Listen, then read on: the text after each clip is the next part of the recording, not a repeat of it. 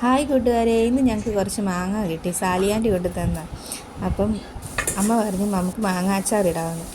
അങ്ങനെ മാങ്ങയൊക്കെ വൃത്തിയായി കഴുകി അരിഞ്ഞ് മാങ്ങയിൽ ഉപ്പ് ചേർത്ത് അല്പനേരം വെക്കാവുന്നതാണ്. ആ മാങ്ങയിലുള്ള വെള്ളമെല്ലാം പോകാൻ വേണ്ടി.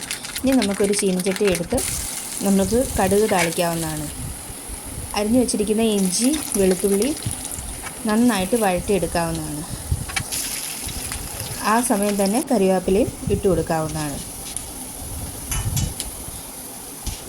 ഇഞ്ചി വെളുത്തുള്ളിയൊക്കെയും വഴന്ന ശേഷം നമുക്ക് ആവശ്യത്തിനുള്ള മുളക് പൊടി, മഞ്ഞൾപ്പൊടി, ഉലുവ, കായപ്പൊടി ചേർത്ത് ഇളക്കാവുന്നതാണ്.